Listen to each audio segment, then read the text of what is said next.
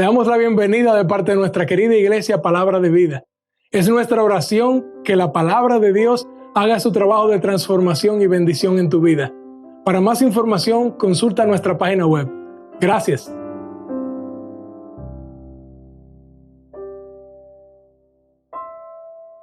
Hoy tenemos la oportunidad de traer una luz que nos anime, que nos aclare, que nos haga ver la realidad completa de nuestras vidas, Señor. Vemos el mundo de forma limitada, pero tú por tu palabra te has revelado a nosotros y te agradecemos, Señor. Ayúdanos este día, perdona nuestras ofensas. Ayúdame de una manera especial, Señor, para que tu palabra sea fielmente proclamada y que tu mensaje haga aquello para lo cual es enviado, que transforme corazones, que traiga a tus pies, Señor, que levante nuestras vidas, que nos equipe para la piedad, para la vida que te agrada. Oh Señor, hazlo esto a pesar de mí y que tu nombre sea exaltado, Señor, en todo momento. Es en el nombre de Jesús que nos atrevemos a decir esto y a pedirte, oh Señor y Padre. En el nombre de Jesús. Amén. Nosotros hemos estado en la primera carta de Pedro. Es una carta dirigida a una iglesia que está en aflicción. Una carta a una iglesia que está dispersa, que no tiene las cosas normales que todo el mundo ve como que necesita.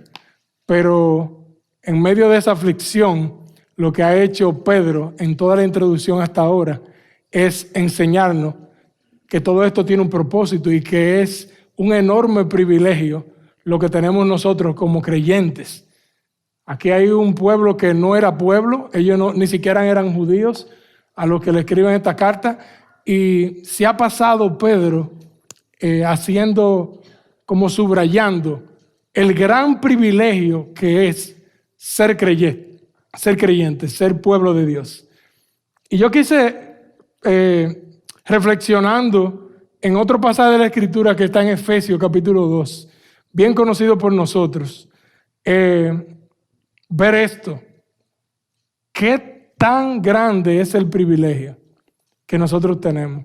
Pero este privilegio viene con una implicación. No es simplemente Dios te ha dado todo esto, Dios lo ha puesto todo. Y la primera pregunta que le viene al mundo que escucha eso es de burla. Me pasó cuando yo vine a los pies de Cristo y preguntaron, entonces yo no tengo que hacer nada. Y entonces, eso como que no me hace sentido. Y recuerdo entonces de la carta de los Efesios, capítulo 2, leo para ustedes, dice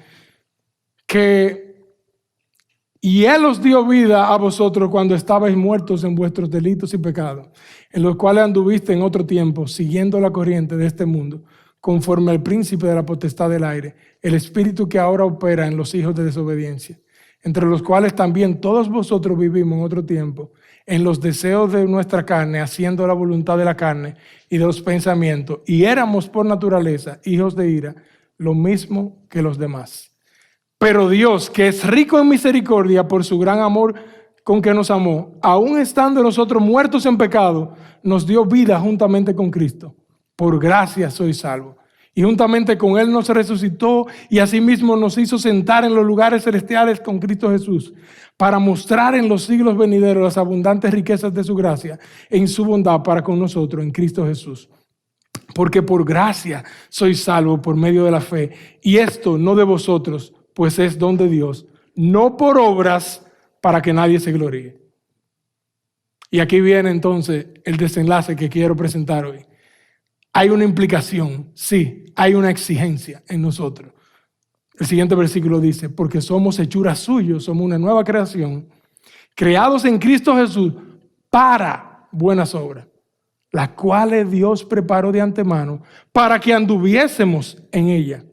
Así que si nosotros vivimos como creyentes, sí es un milagro de su gracia, Él lo ha puesto todo, pero nosotros debemos responder, esa es la tesis, que nosotros ante estos privilegios de nuestra salvación se exige una respuesta de nosotros y que la respuesta más natural es hacer tres cosas: esperar plenamente y con sobriedad siempre listo para actuar.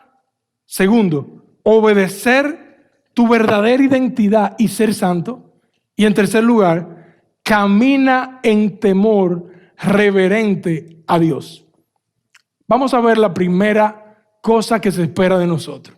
Versículo 13 dice: por tanto, ceñid los lomos de vuestro entendimiento, sed sobrios y esperad por completo en la gracia que se os traerá cuando Jesucristo sea manifestado. Lo primero que hace es que dice por tanto. Ya yo te dije toda la buena noticia, sí, esto es de gratis, pero ahora vamos a las implicaciones.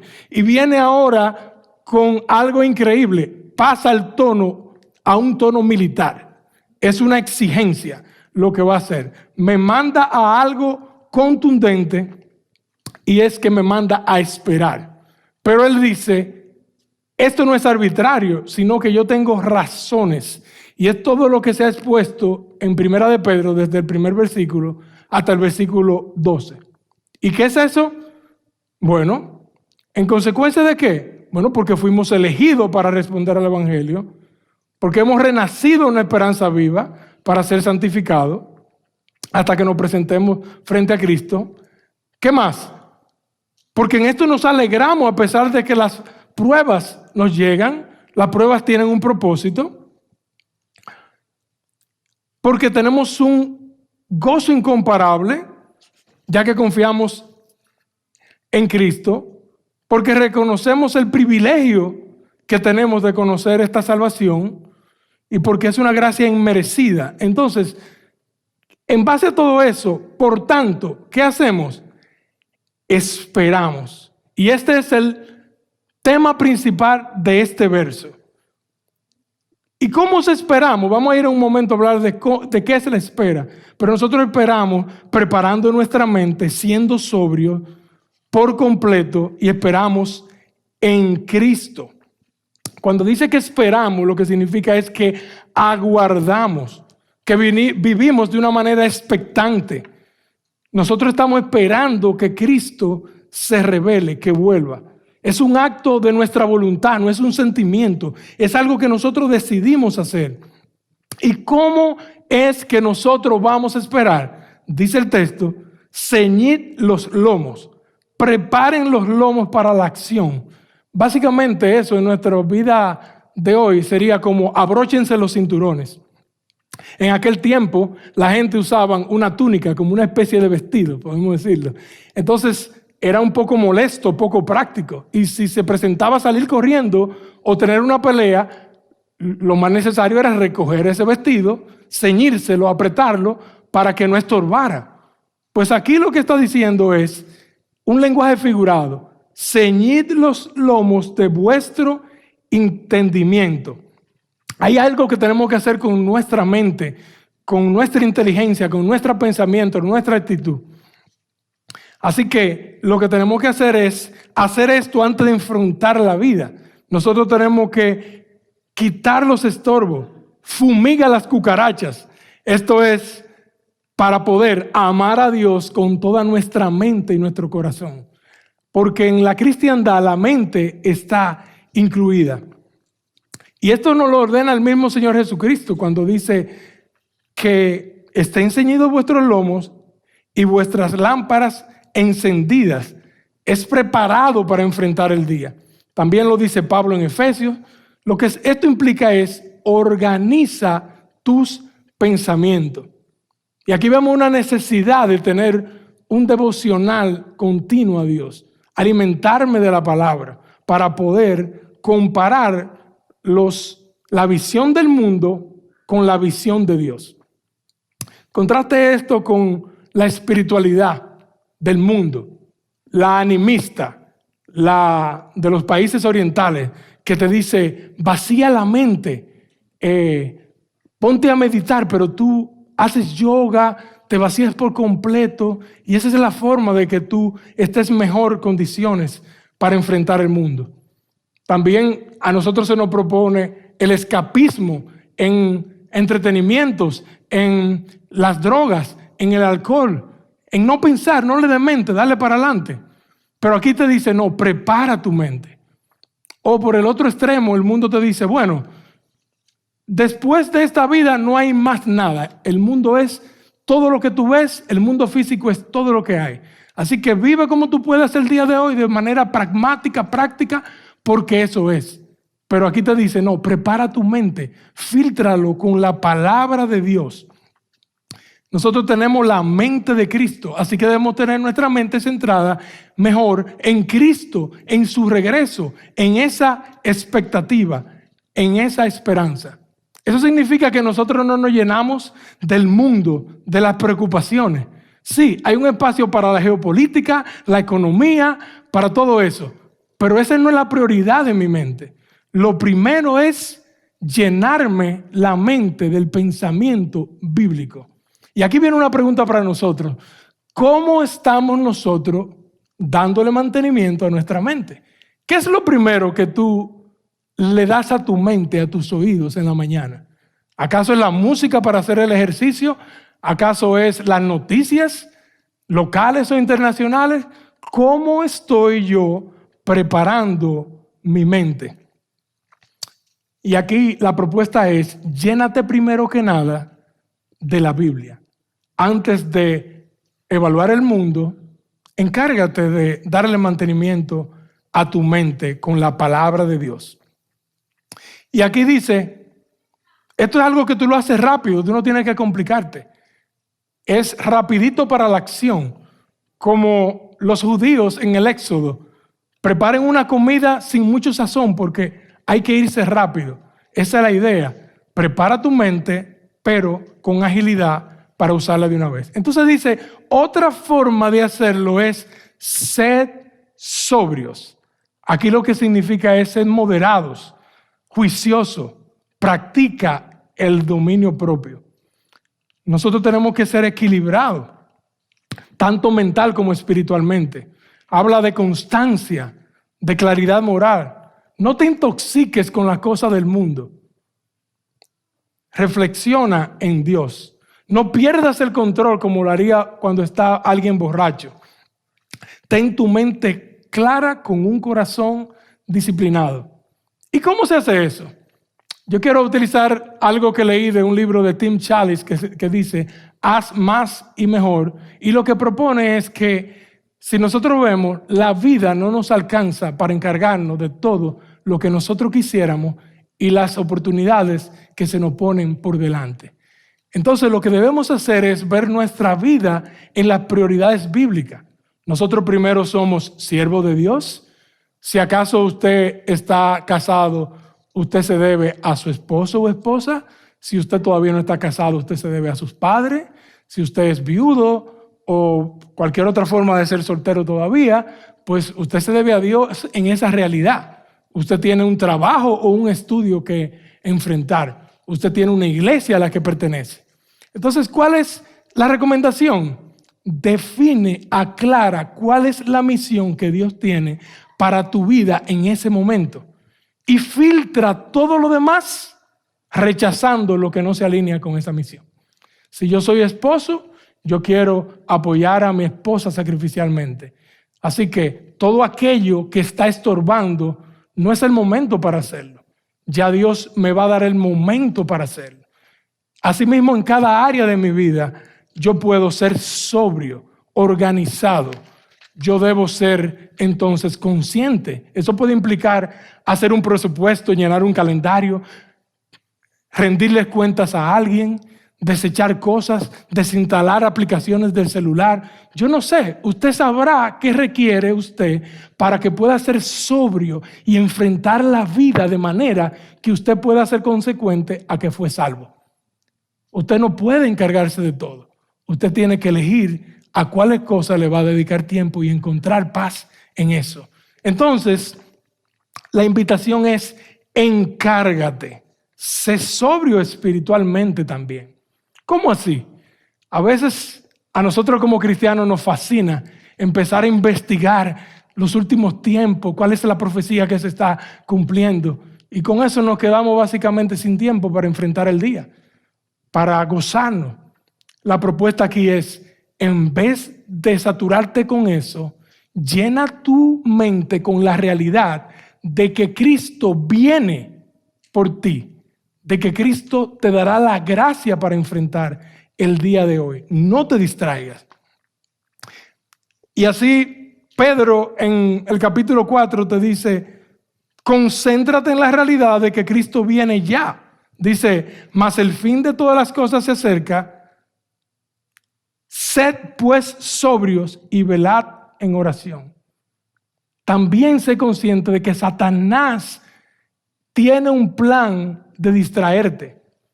Él anda como león rugiente buscando a quien devorar. Así que aclara tu mente, enfócate en la prioridad, no te disperses, mira la claridad que hay espiritualmente para que puedas vivir una vida práctica delante de Dios. Y aquí entonces ya vamos a la palabra clave, dice esperad, es un imperativo, es un mandato. Lo que esto significa es confía, pon la esperanza en esto, es una esperanza viva, dice los primeros versículos. ¿Y qué es esta esperanza? Bueno, hay 3 virtudes para todo creyente que son fe, esperanza y caridad. La caridad es el amor ágape. La fe es la confianza que tenemos en lo que Dios ha hecho, ha revelado en la Biblia y está haciendo ahora en el presente con nosotros. Y que es la esperanza, que es esta espera. Es también una confianza en lo que Él ha prometido que hará en el futuro. Entonces aquí está la diferencia. Nosotros confiamos para salvación, nos arrepentimos, pero inmediatamente debemos vivir una vida de confianza en lo que ha hecho Jesucristo, en lo que está haciendo con nosotros, pero una expectativa en el futuro. Es bajo el filtro de ver la realidad del futuro que nosotros tomamos las decisiones de hoy. Figúrense una pareja que se va a casar, cómo hace todas las diligencias de su presente de hoy en la expectativa de lo que va a ser, de lo que va a pasar en el futuro. Se prepara para ese matrimonio. Así dice que Cristo, por el gozo puesto por delante, padeció la cruz. Esa es la idea, que nosotros tengamos una expectativa clara del futuro y entonces podamos esperar. La esperanza en sí es una forma de glorificar a Dios. Esa es la que se relata de Abraham, que dice que él confió, dice la palabra de Dios, en esperanza contra esperanza. ¿Qué quiere decir eso? No había forma humana de que tuviera lógica lo que él tenía que confiar para que pasara en el futuro.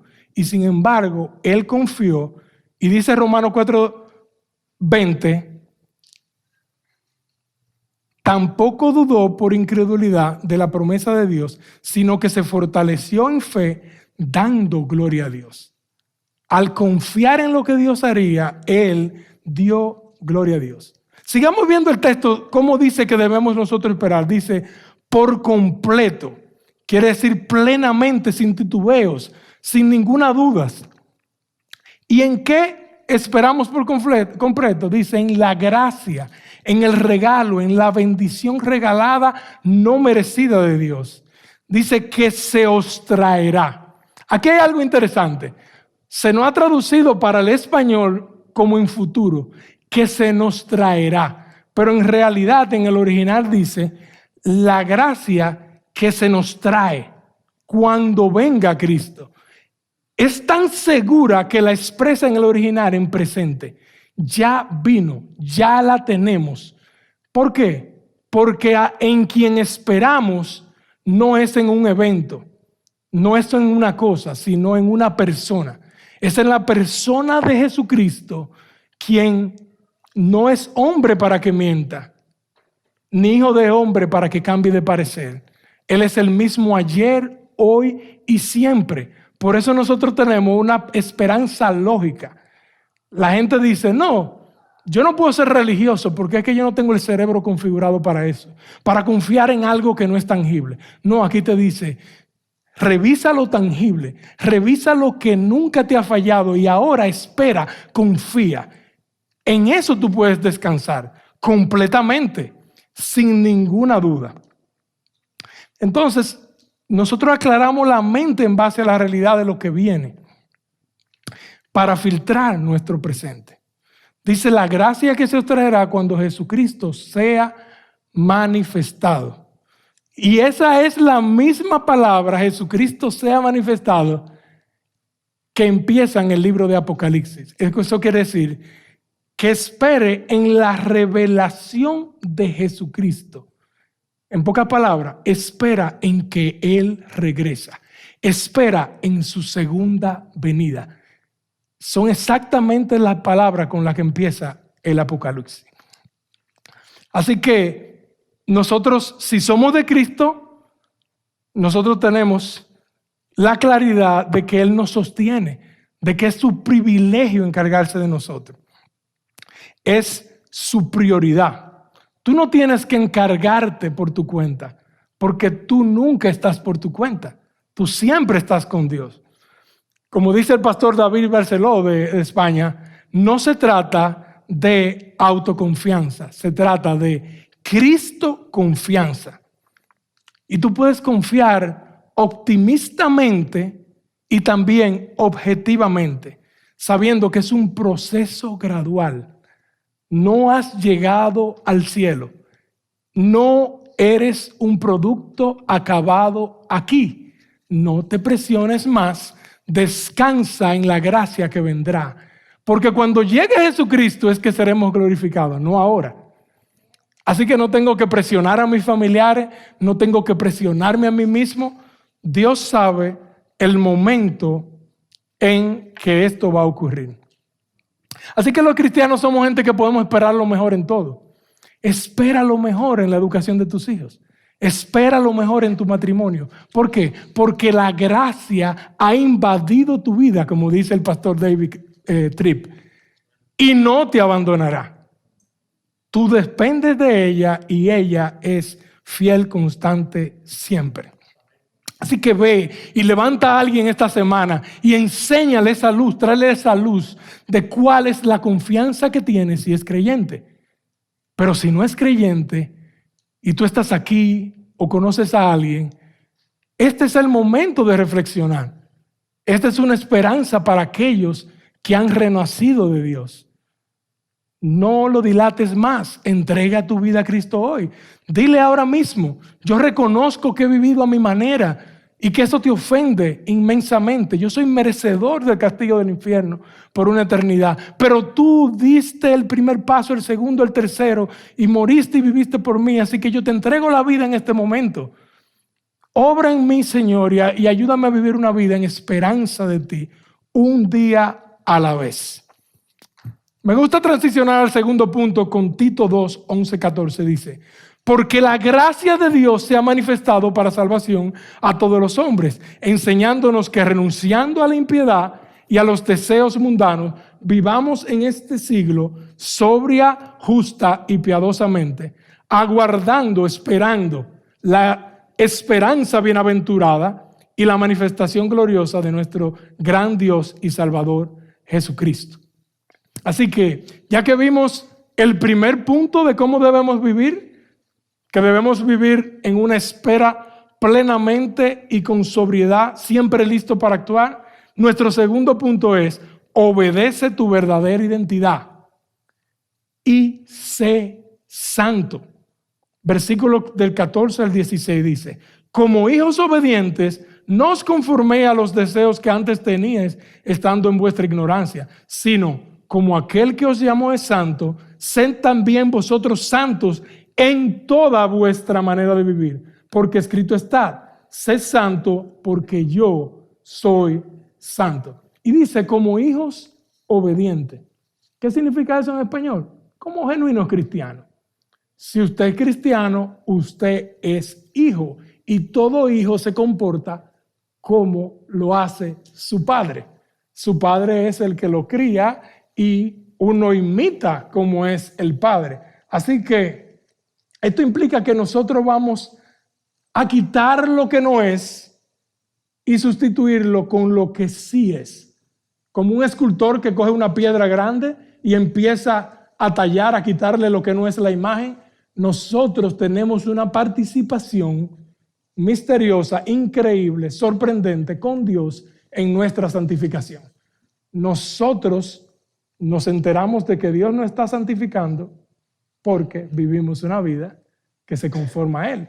Una vida de santidad, de obediencia. Y aquí dice, no os conforméis, no te amoldes a los deseos que antes tenías estando en vuestra ignorancia.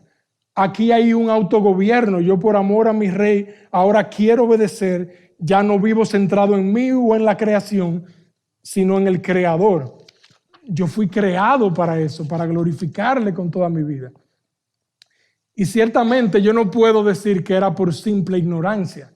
La Biblia dice en Efesios 4:18, dice, teniendo el entendimiento entenebrecido, ajenos de la vida de Dios por la ignorancia que en ellos hay, por la dureza de su corazón. Si bien ignorábamos cuál es la vida de agradar a Dios, es porque nuestro corazón no quería conocer.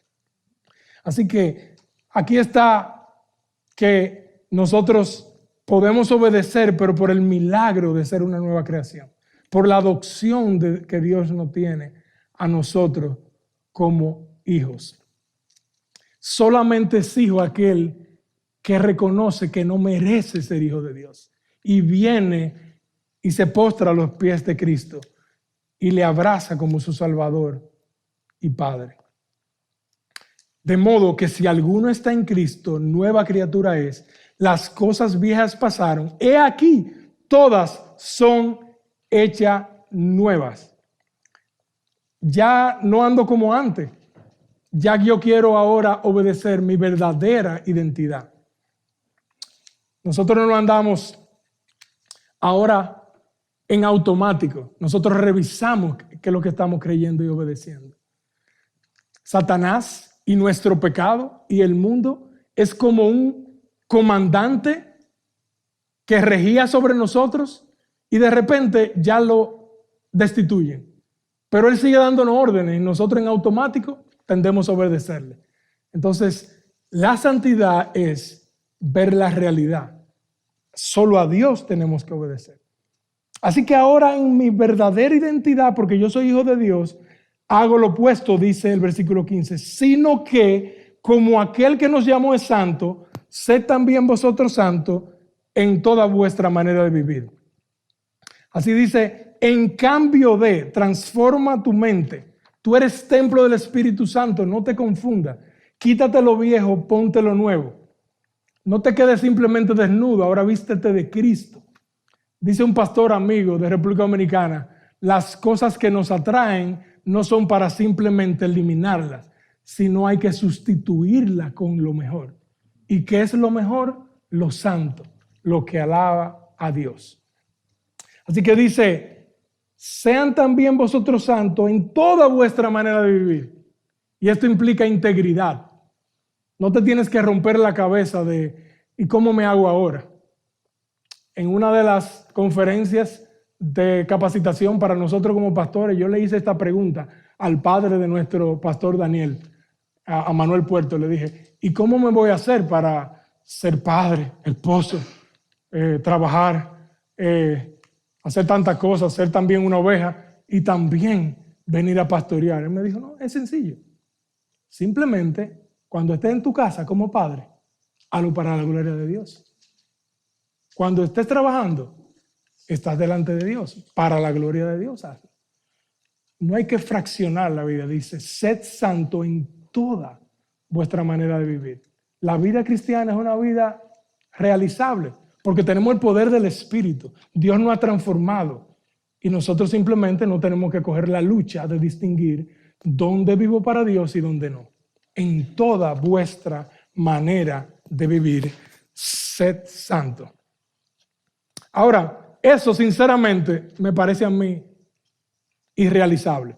Que en todo lo que yo voy a vivir, viva para Dios y sea santo, ciertamente lo sería. Pero aquí está la clave, dice, como aquel que os llamó es santo. Así que como dice Tesalonicenses, absteneos de toda especie de mal y el mismo Dios de paz os santifica por completo. Y todo vuestro ser, espíritu, alma y cuerpo sea guardado irreprensible para la venida de nuestro Señor Jesucristo. Fiel es el que os llama, el cual también lo hará. Tú puedes ser santo porque Dios te hará santo, pero tienes que dejarte moldear por Él. Nosotros tenemos que, al Espíritu de Dios que vive en nosotros, permitirle que toque esas áreas de nuestra vida, no reservársela, entregársela por completo. Esto también implica para mí que tú puedes vivir relajado, descansado, porque ante los ojos de Dios ya tú eres santo. Dios te atribuyó la santidad de su Hijo.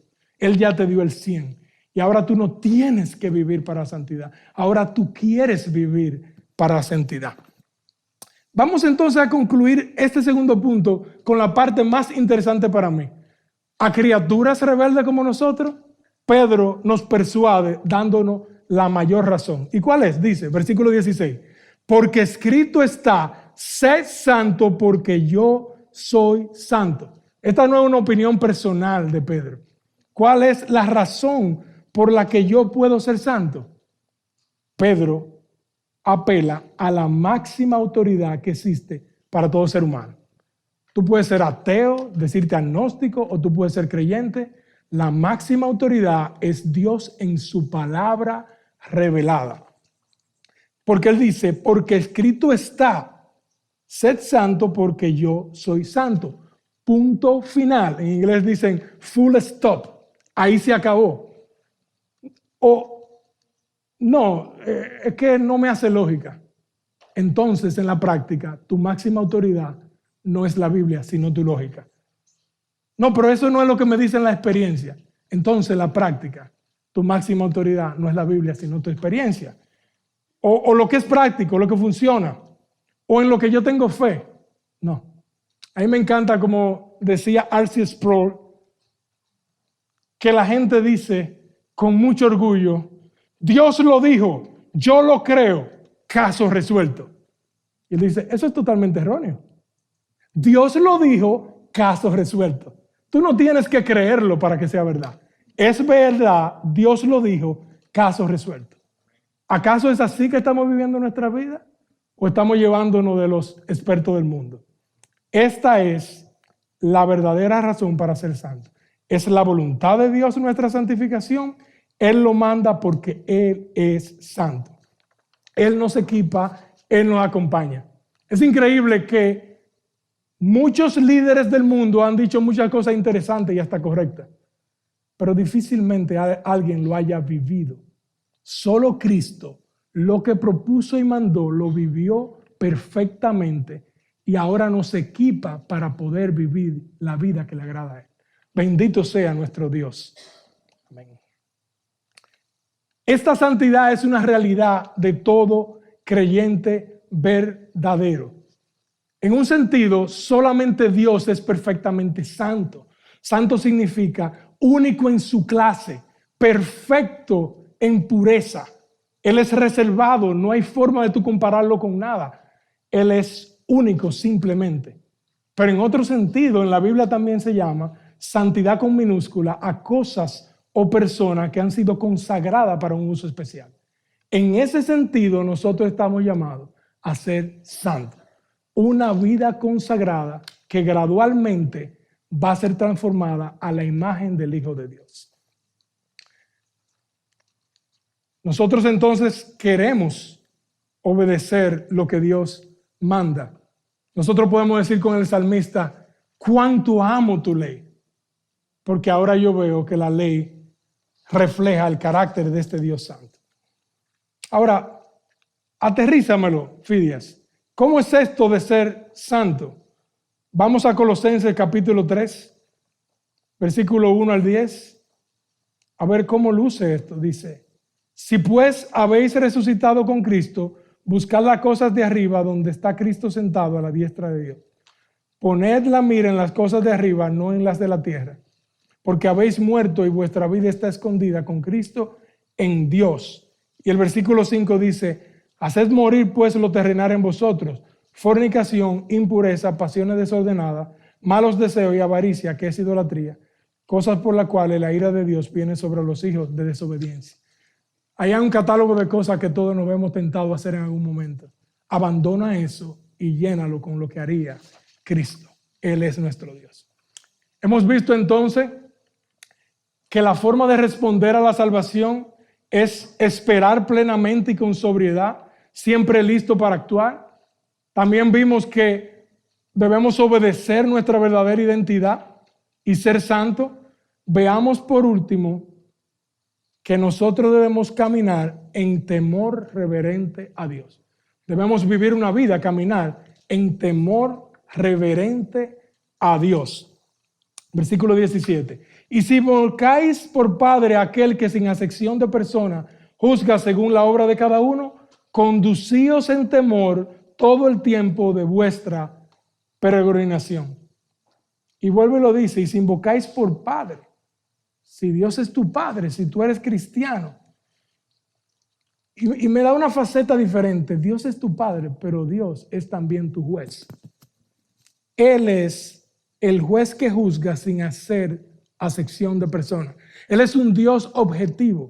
Él no tiene favoritismo.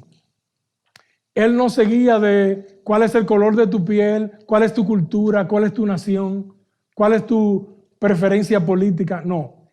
Él es un Dios que juzga cada persona por separado. Ante Dios, todos tenemos una responsabilidad individual. La Biblia dice, el alma que pecare, esa morirá. Si bien hay patrones que nosotros lo heredamos de nuestros padres, le llaman por ahí pecados generacionales, la verdad es que cada uno de nosotros rendirá cuenta de cómo reaccionamos a esa influencia. Nosotros somos responsables delante de Dios.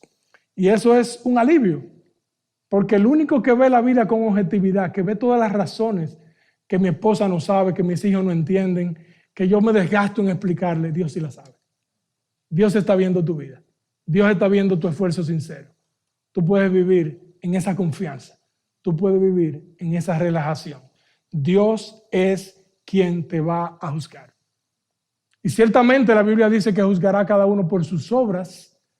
Todo el que pase una eternidad separado de Dios en el infierno, lo hará porque lo merecieron sus obras, o por lo que hizo con la oferta de salvación gratuita del Hijo de Dios, Jesucristo. Así que o pagó Cristo en tu lugar o lo pagarás tú en el lugar directamente. Así que decide ahora, la oferta es gratuita. Dios quiere que todos vengan al arrepentimiento y que conozcan salvación. Entonces, pero aquí dice que Dios, que es como Padre, juzga según la obra de cada uno y que por eso debo conducirme con temor. Y aquí no está hablando a los creyentes, no a los que no son creyentes, a los creyentes. Lo que te están diciendo es, Dios evaluará en un juicio también las obras tuyas como cristiano. Dios está tomando en cuenta cada cosa que hace para su gloria y va a premiarla, recompensarla en el cielo cuando lleguemos allá, pero también va a disciplinarnos aquí si nosotros somos rebeldes y le desobedecemos. Esto es algo que debemos saber.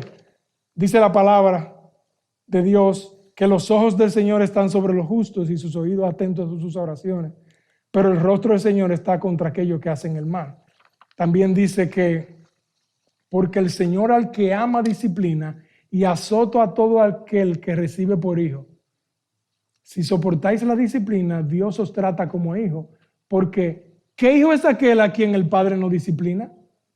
Eso quiere decir que porque Dios es nuestro Padre, Él lo demuestra disciplinándolo. Yo quiero distinguir por un momento entre disciplina y castigo. A los hijos de Dios, Dios no lo castiga. El castigo que nosotros merecemos quedó saldado perfectamente en la cruz del Calvario. Pero porque Dios nos ama, Él nos corrige. Eso es lo que significa disciplina. Y su corrección puede venir de diferentes formas. Puede venir con dolor aquí, puede venir con consecuencias de nuestro pecado, puede venir de forma indirecta a través de la iglesia, siguiendo el parámetro de Mateo 18, en la que se nos disciplina para corrección, para nuestro bien. Pero centrémonos en el efecto que propone Pedro aquí. Porque Dios juzga, andemos, conduzcámonos, vivamos con temor. Eso es temor reverente, respeto. Porque tú le amas, tú no quieres entristecerlo. Porque tú sabes que Él disciplina, tú tienes miedo a recibir esa disciplina. Y eso es bueno, eso es sano. Yo no sé si a usted le ha pasado, pero que usted tiene una persona, un familiar que usted ama mucho, que le tiene mucho respeto, y usted sabe que le incomodan ciertas cosas. Y usted entonces se mueve a evitar esas cosas, porque es que tú no quieres fallarle a ese familiar. Imagínate, siendo ese familiar imperfecto, ¿cómo no debería ese temor movernos a nosotros a vivir vidas consagradas a Dios también? Y aquí dice otra vez, aquí vuelve la integridad.